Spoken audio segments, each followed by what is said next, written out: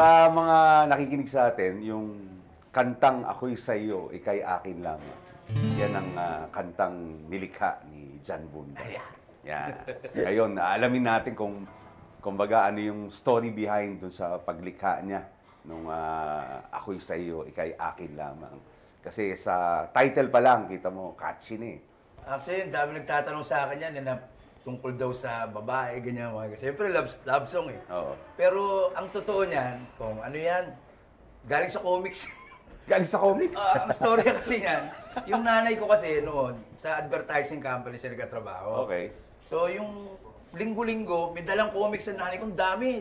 So, wala ko ibang gagawin noon, kundi magbasa ng comics. So, yung Ako'y Sa'yo, siguro mga 80% yan. Galing sa comics eh. Okay. Yung mga, ano yan, gusto ko yung medyo, yung storya niya medyo parang comics. Katulad nung, kung, di ba may lyrics doon na ano na, kung hindi ka makita, di ba? Ayan, simulan natin sa ano, yung ikaw ang mahal, maghihintay ako kahit na ako'y nasa langit na. So, andun na eh.